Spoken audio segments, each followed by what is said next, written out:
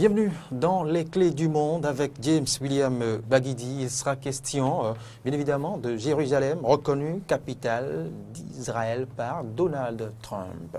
Le monde arabe est en courroux, non? Précise James William Baguidi. C'est le menu, c'est la thématique à aborder dans cette rubrique Les clés du monde. À nouveau, bonjour. Bonjour à nouveau, Loris Freddy Davoy, et bonjour de nouveau à tous les amis auditeurs et téléspectateurs. Eh bien, c'était attendu. C'est avec réprobation et colère que le monde arabe a accueilli depuis son annonce la reconnaissance par Donald Trump, le président américain, de la ville de Jérusalem comme capitale de l'État d'Israël. Depuis lors, les deux pays, États-Unis et Israël, paraissent bien isolés sur la scène internationale pendant que l'on redoute le déclenchement d'une nouvelle intifada dans les territoires occupés. Question numéro 1. À vous, James William Baguidi. Alors, au regard de l'histoire de cette région, vous comprenez naturellement la réaction. Je ne vous apprends rien du monde arabe. James William Baguidi. Oui, la réaction du monde arabe, elle est très compréhensible et elle procède, comme vous l'avez dit, d'une histoire qui date. Certains vous la feraient remonter à 2500 ans, c'est-à-dire à l'époque biblique, au cours de laquelle Moïse a fait transiter les Juifs de l'Égypte vers ce qu'on appelle donc dans la Bible la terre promise. Mais pour ce qui me concerne, je préfère la dater au début des années 40, des années 50, la fin des années 40, c'est-à-dire un peu après la fin de la Deuxième Guerre mondiale, au cours de laquelle le peuple juif a connu ce massacre que l'on appelle la Shoah, organisé, orchestré par Adolf Hitler et qui aura coûté la vie à plus de 6 millions de Juifs durant cette fameuse Deuxième Guerre mondiale. À l'issue de cette Deuxième Guerre mondiale, les Juifs décident de s'établir en État puisque, selon eux, s'ils avaient disposé d'un État, d'une oreille internationale attentive à leur sort, ce qui leur est arrivé durant la Deuxième Guerre mondiale n'aurait pas connu cette ampleur.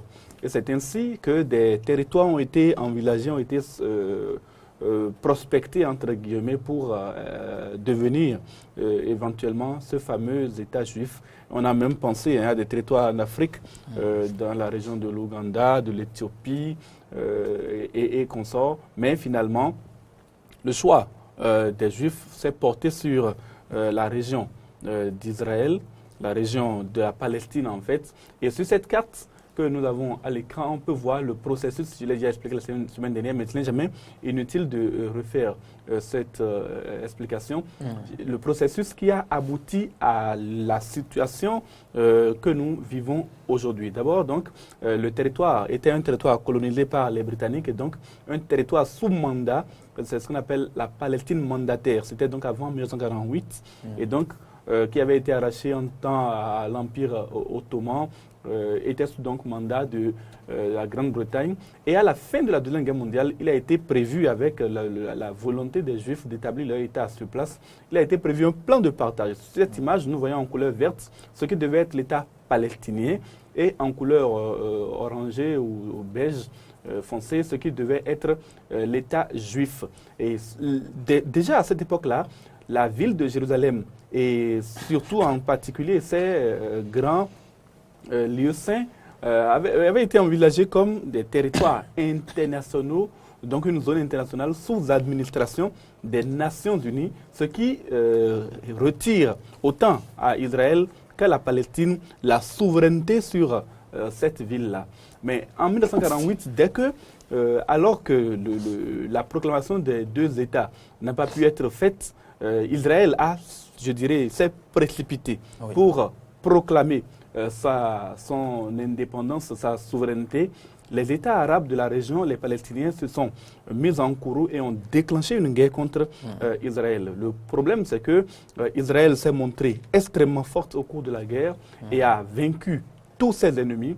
En 1948, il y aura d'autres échauffourées. On parlera de celle de 1956 autour de Suez, mais c'est, je dirais, quelque peu marginal. L'événement le plus important, donc, se produit en 1967. Nous sommes désormais sur la troisième carte.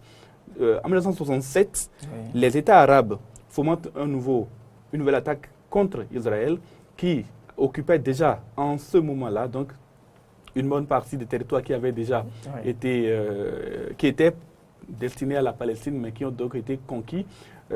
Donc, Israël est attaqué à nouveau par les États arabes. C'est ce territoire-là que nous voyons à la troisième position.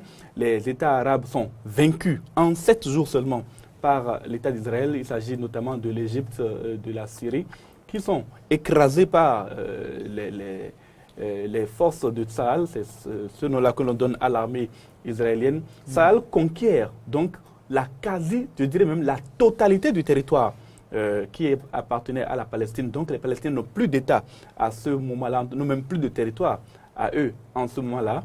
Il y a ensuite que le désert la péninsule du Sinaï, qui appartient à l'Égypte, est également conquise par les Israéliens. Au nord, le plateau du Golan est conquis également. Le plateau du Golan est un territoire syrien par lequel donc doit passer forcément l'armée syrienne pour attaquer Israël. Et donc, la stratégie d'Israël, c'est de protéger ces territoires en installant à ses frontières ce qu'on peut appeler un glacis protecteur, un peu comme l'a fait l'Union soviétique pendant la guerre froide.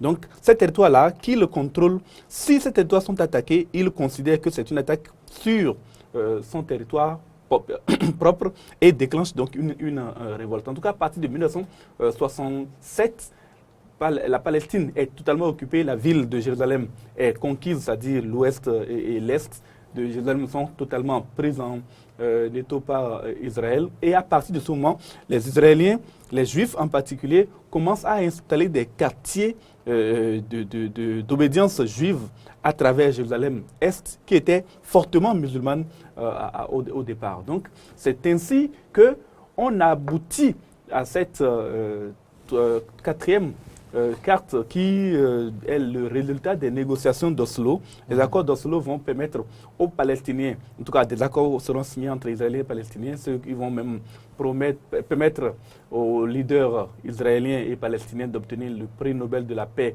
en 1993, si j'ai bonne mémoire. Et donc, certains territoires seront restitués aux Palestiniens. C'est des débris de territoires que l'on peut voir sur cette carte, notamment la bande de Gaza et les territoires occupés. Aujourd'hui encore, la ville de Jérusalem n'a pas été restituée. En 1980, les Israéliens ont proclamé Jérusalem étant une capitale unique et indivisible de l'État d'Israël. C'est cette proclamation que le président américain, Donald Trump, a reconnue. Donc, en décidant de transférer l'ambassade des États-Unis de Tel Aviv vers Jérusalem. Et c'est ainsi que donc, se déclenche ce courroux du peuple palestinien et du peuple arabe en général que nous sommes en train d'analyser aujourd'hui. Oui, James, je parlais tout à l'heure dans mon introduction, dans mes propos liminaires, du déclenchement d'une nouvelle intifada. Dites-nous de quoi il est question. Alors, l'intifada, c'est la guerre des pierres contre, je dirais, les armes conventionnelles. Sur ces images qui vont suivre, vous allez voir carrément, il y a déjà eu 2 intifadas. Une dans les années 80, au cours de laquelle les populations palestiniennes, avec de simples pierres qu'ils ramassent sur la chaussée, pensaient pouvoir affronter les chars israéliens. Cette image est assez symbolique de ce que c'est que l'intifada. Et vous allez voir, ce sont des centaines de soulèvements populaires. C'est un soulèvement populaire au cours duquel, et puis tous les jours, ces centaines de jeunes, des milliers même parfois, prennent des pierres. Vous voyez ici, ce sont 2 jeunes filles qui s'en vont vers la ligne de front avec des pierres pour alimenter les jeunes qui sont sur le front en train de se battre contre les forces armées israéliennes. Les pierres sont lancées contre les Israéliens, soit avec des frondes, soit avec parfois de la résine brûlante ou bien des pierres tout simplement qui sont lancées. Les Israéliens répliquent parfois à balles réelles, parfois et le plus souvent à des balles de caoutchouc ou avec des canons à eau. Cela provoque des centaines de morts. Il y a une deuxième intifada qui s'est déclenchée en 2007 d'ailleurs. Quelques-unes de ces images proviennent de cette intifada qui a duré de 2000 à 2003 au moins. C'est un événement au cours duquel la colère elle est alimentée par les destructions qui se font et pas la riposte de l'armée israélienne. Puisque ce sont de jeunes gens, vous avez vu tout à l'heure, il y avait des enfants qui étaient en train de lancer ces pierres-là. Et certains soldats israéliens ont le cynisme de tirer à balles réelles sur ces enfants. Et naturellement, le lendemain, à l'occasion ou juste après l'enterrement de ces âmes qui ont été victimes de ces attaques, de nouveaux jeunes se galvanisent et retournent sur le terrain. Il y a un appel aujourd'hui du Hamas, qui est l'un des principaux mouvements de palestiniens. Le Hamas appelle à l'intifada contre l'armée israélienne, contre Israël en général. C'est cela qui est redouté aujourd'hui. Si une nouvelle intifada se déclenche, c'est encore un cycle de violence, comme on en a connu tant dans la zone entre les Palestiniens et les Israéliens qui s'annonce. Mais quelles pourraient être les conséquences du courroux du monde arabe sur Israël? Alors, le courroux du monde arabe sur Israël, à mon sens, aura peu d'impact. Le problème, c'est que le monde arabe lui-même, il est divisé. Il est divisé, il n'est pas unanime sur... Une chose est certaine, la condamnation de la reconnaissance par Donald Trump de la ville de Jérusalem comme capitale de l'État d'Israël, elle est unanime. De ce point de vue-là, il n'y a pas de problème. Mais le monde arabe n'est pas un monde uni, il n'est pas homogène. Il y a des dissensions importantes et ces dissensions-là sont telles qu'il me semble qu'il n'y aura pas d'impact particulier. D'autant plus que les relations économiques, notamment d'Israël, il les entretient beaucoup plus avec les États-Unis d'Amérique, avec des pays qui lui sont plus ou moins favorables ou en tout cas plus laxistes dans la zone que d'autres. Et donc, il ne me semble pas y avoir de risque particulier d'un point de vue international, à moins que des pays décident de déclencher une nouvelle guerre contre Israël, ce qui me paraîtrait quand même assez difficile à faire dans la mesure où ce n'est pas une décision d'Israël qui vient d'être annoncée, c'est plutôt une reconnaissance par les États-Unis d'une décision prise par Israël depuis 1980. Donc, ce n'est pas forcément, de ce point de vue-là, un élément nouveau qui peut déclencher une guerre. Mais néanmoins, d'un point de vue interne, bizarrement, il peut y avoir des conséquences négatives sur le gouvernement de Benjamin Netanyahou, parce que la réprobation internationale, la colère, parce qu'il y a des Arabes qui vivent en Israël, qui sont des Arabes israéliens, la colère et la violence qui se déclenchent peuvent fragiliser Benjamin Netanyahou, parce que l'acquis principal de Benjamin Netanyahou en tant que Premier ministre israélien, c'est d'avoir pacifié un peu la situation sur le territoire. Il a sécurisé, je ne veux pas dire pacifié, parce que pacifier, il faudra dire que les autres ont accepté de se calmer. Non, il a sécurisé les territoires qui sont sous contrôle d'Israël. Et c'est cela qui est dans son, je dirais, dans son actif. Et avec cette violence qui se déclenche de nouveau contre Israël, Benjamin Netanyahou peut perdre quelque peu de plume, mais globalement quand même, c'est une grande victoire pour lui, puisque c'est sa diplomatie qui a payé auprès de Donald Trump, que l'on voit ici avec lui, au moment où il se négociait donc cette reconnaissance de Jérusalem comme capitale de l'État d'Israël. Pensez-vous que les Arabes peuvent profiter ou pourront profiter de cette situation pour sceller leur réconciliation, en commençant justement par les Palestiniens eux-mêmes? Pour ce qui concerne les Palestiniens, il y avait un processus de réconciliation qui était en cours, notamment entre le Hamas et le Fatah de Mahmoud Abbas. On sait que Khaled Meshal, qui est le principal leader du Hamas, vit en exil quelque part en Syrie ou au Liban, on ne sait même plus exactement où. Pour sa sécurité, il n'apparaît pas beaucoup en public, puisque Israël a mis sa tête à prix et tente de le liquider.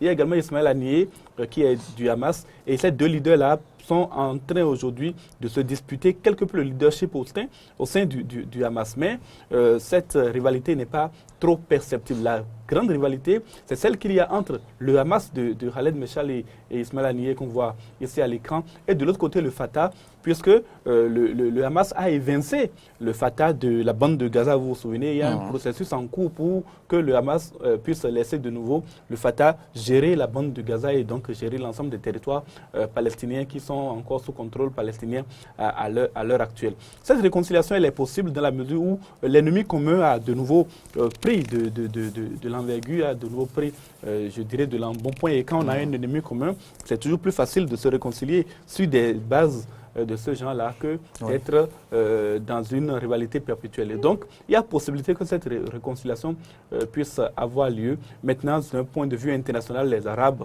en général, quand je prends les leaders arabes, ce n'est pas avec cette reconnaissance. C'est vrai, il y a une condamnation unanime de leur part, mais ce n'est pas suffisant pour que je vois des leaders comme les leaders arabes ou saoudiens particulièrement, et les Iraniens aller jusqu'à une réconciliation. C'est fort peu probable, à mon sens. James, pour finir, quelle lecture faites-vous de l'accueil glacial réservé à Benjamin Netanyahou lors de sa tournée en Europe? C'était attendu. C'est comme vous l'avez dit au départ. Cette reconnaissance n'était pas une bonne idée de la part de Donald Trump. Je l'ai dit, cet homme agit comme un éléphant dans le magasin de porcelaine. Il casse tout sur son passage. Il se prépare peut-être à sortir de l'OMC. Nous en parlerons dans les prochains jours. Et donc, vient encore de poser un acte qui discrédite sa politique. De toute façon, c'est une politique qu'il a choisi de mener ainsi. Et la conséquence sur Benjamin Netanyahou, c'est que la tournée que ce dernier organise en Europe, ou du moins la tournée qu'il est en train d'effectuer en Europe, il n'a pas l'accueil qu'il aurait souhaité. Bien sûr, le sourire de circonstance d'Emmanuel Macron ne cache pas la désapprobation, et Macron a été très clair là-dessus. Ce n'est pas une décision qu'il approuve. La France demande aujourd'hui que Benjamin Netanyahou prennent des mesures en faveur des Palestiniens pour relancer le processus de paix. De l'autre côté, l'Union européenne également a fait pression sur Benjamin Netanyahou à l'occasion de sa visite à Bruxelles, d'ailleurs qui est en cours aujourd'hui même, pour que des gages soient donnés pour la relance du processus de paix. Mais malheureusement, comme je l'ai déjà dit, nous avons affaire à des acteurs politiques, Benjamin Netanyahou et puis Donald Trump, qui sont extrêmement catégoriques, qui sont... pour ne pas être trop méchants, qui sont bornés sur leur position, et ce n'est pas avec les petites pressions des Européens que les Américains et les Israéliens vont changer de position. Ce qui est sûr, au bout du rouleau, il y aura peut-être une avancée, mais la plus grande crainte aujourd'hui, c'est que se déclenche effectivement cette troisième intifada qui risque d'être extrêmement destructrice. Merci, James William Baguedi.